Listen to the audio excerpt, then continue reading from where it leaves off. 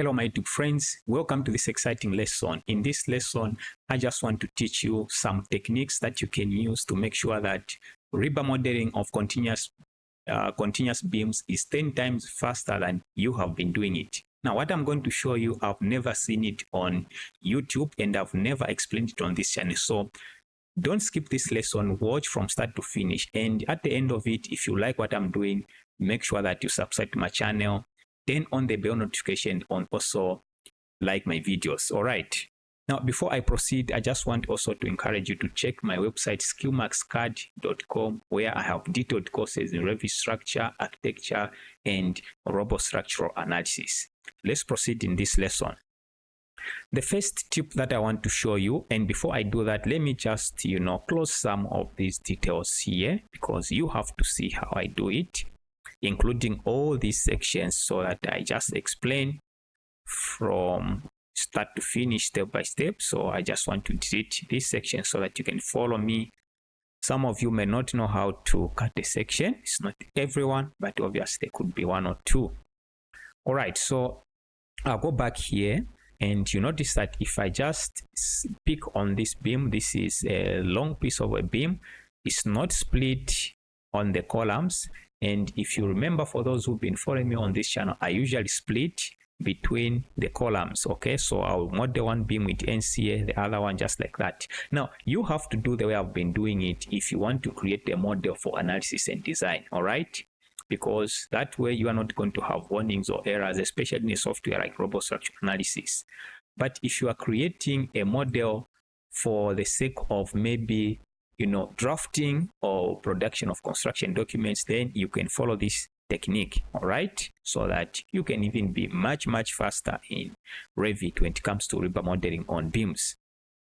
All right, so I'll go back there and now I just need to cut the sections. This is how you create your Rebar. So just go to view, click on section, and I'm just going to use that section, and I'll just pick the first point and the second point. CS on your keyboard to create a similar one, just like that. CS on your keyboard, just like that,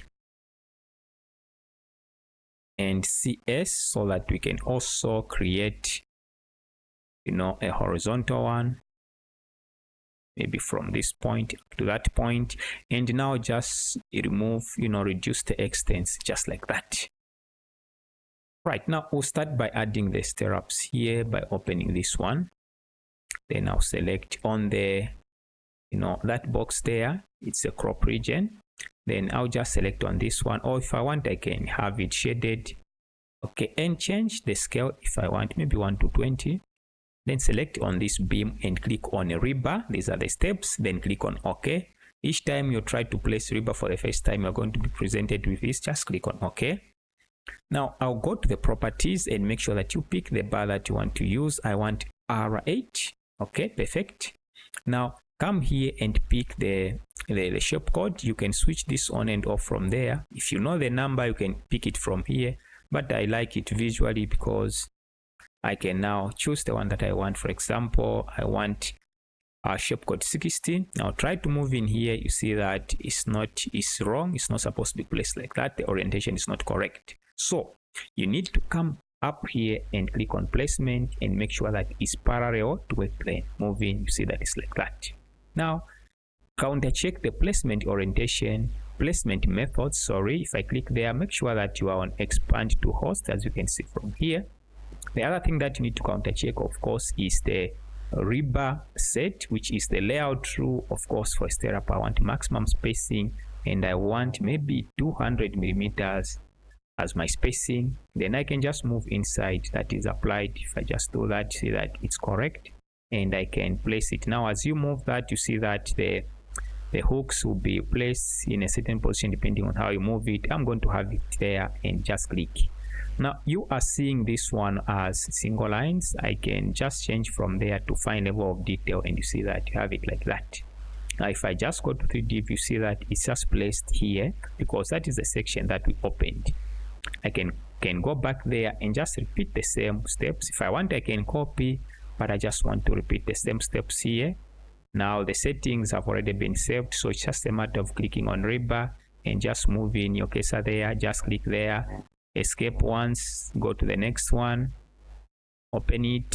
It's very easy because the settings are already saved. That's how Revit operates. So select on this beam, rebar, and just move your cursor inside. You have it like that. Escape, go to your 3D view, see that you have the stirrups like that. Now let's add our longitudinal bar here. What I'll do, I'll simply go to this detail here, right? Let me change it to fine level of detail. Now you need to select on the beam. Now click on rebar. This time we want to pick maybe Y16. Do it according to your design.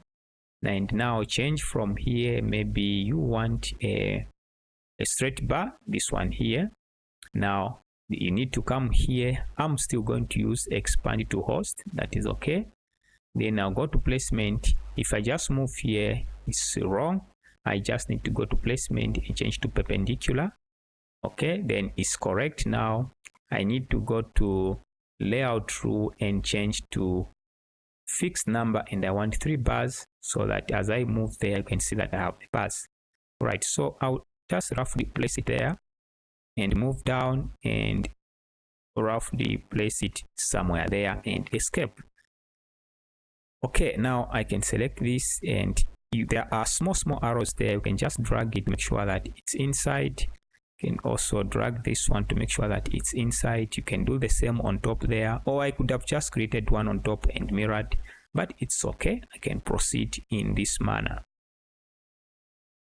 All right, go to your 3D view and you see that you place the longitudinal bars there. Now select on it, hold Control and select on this one. Now I just want to extend it, both sides, and I'm going to use a rebar constraint. Just click there and use edit constraint. Now zoom in here and pick the edge of your bar, or just one. You've selected both, so if you just pick that vertical plane, it also picks the bottom. Once you do that, go at the end and pick the face there, just like that. Now click there and specify the cover, maybe -40 as an example. You see that it goes all the way up to the end. Now before you even escape, you can do the same on this other one.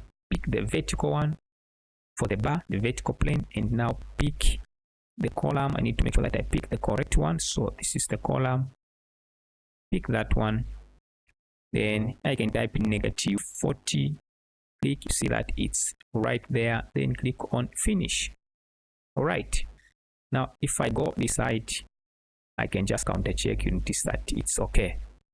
Now I just want to add the hooks there, so select both bars, and now start of the bar right here under the properties, make sure that it's hook. And what hook do I want? Maybe 90, standard 90 degrees, just like that. Then go to end of the bar, change it from there, it's a hook. And what hook? I want a 90-degree hook, and pick it from there, and see that you have the hooks on both ends. All right, so here we are, we have everything here. Now the next important step is for you now to constrain your bars. Now as you place your rebar on your beam, the bars are constrained automatically, but sometimes you want, for example, let me try it. Maybe I need to, let me select on it, but maybe let me counter check even before I start propagating. I need to counter check the constraints, how the constraints are. So I'm going to start with, let me start with this one. Go to fine level of detail.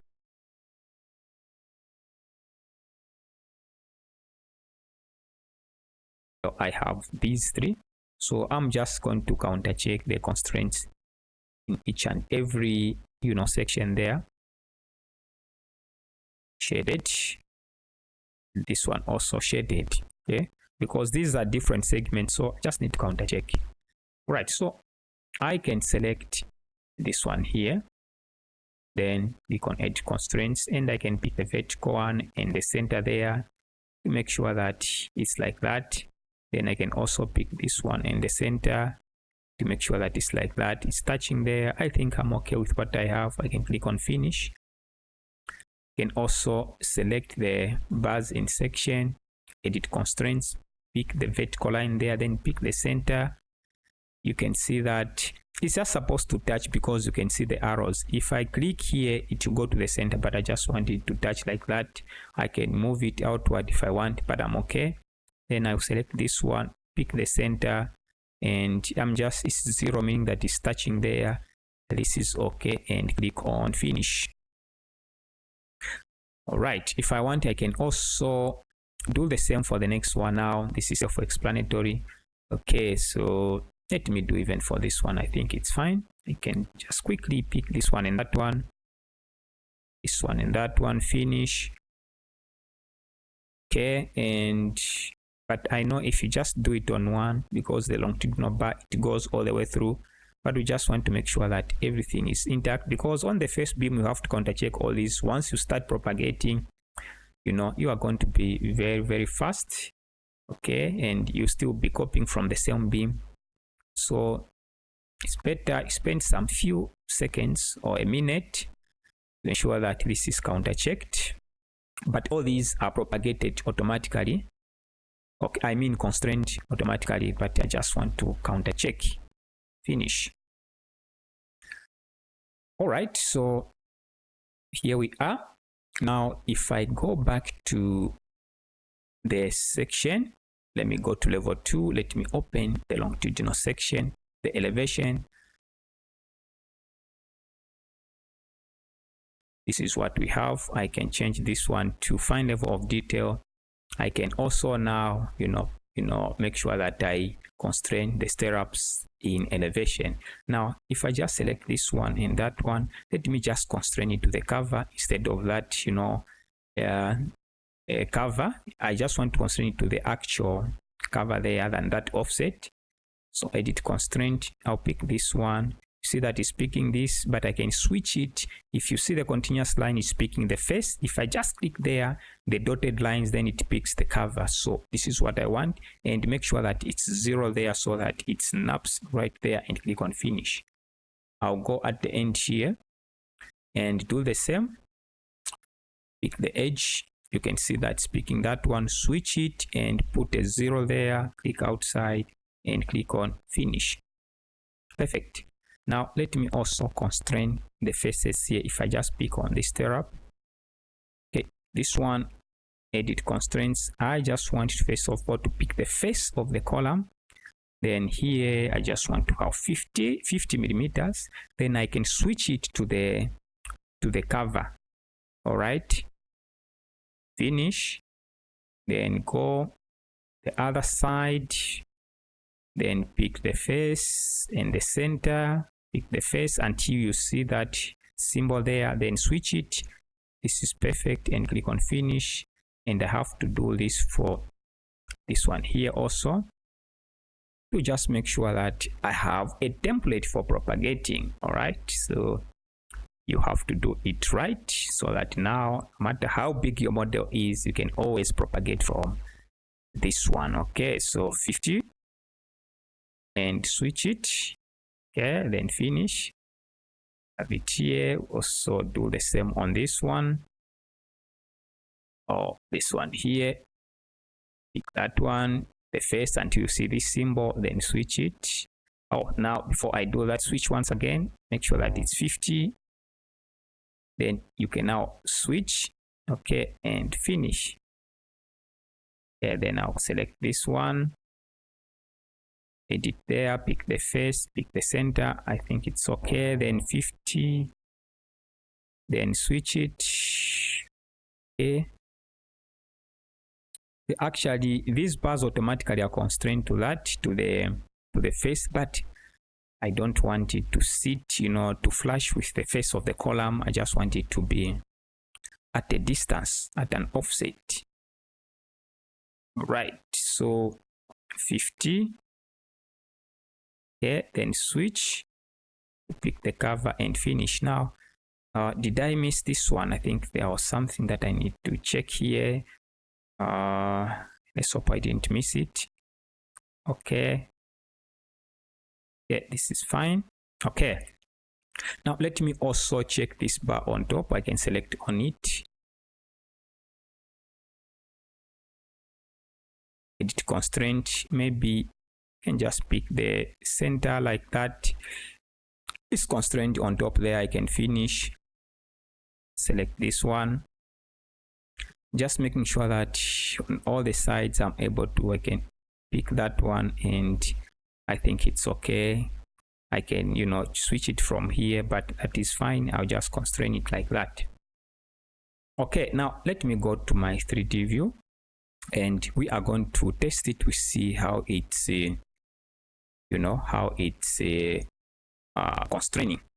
Right now, you notice here that when you are modeling, if your continuous beam is longer than the stock length for your rebar, you have to splice and crank. Okay, now I'm going to do two lessons, one for splicing and cranking of rebar on beams, and also splicing and cranking of rebar, including detailing on columns. So make sure that turn on the bell notification so that you are notified when I do those two lessons in the next 1 or 2 days. So make sure that you like my video if you like what I'm doing here. Okay, now let me quickly test here. If it doesn't work, I'll go back and ensure that I just counter check the, you know, the constraints. Sorry, I'll counter check the constraints if it doesn't work. So I'll just click on propagate.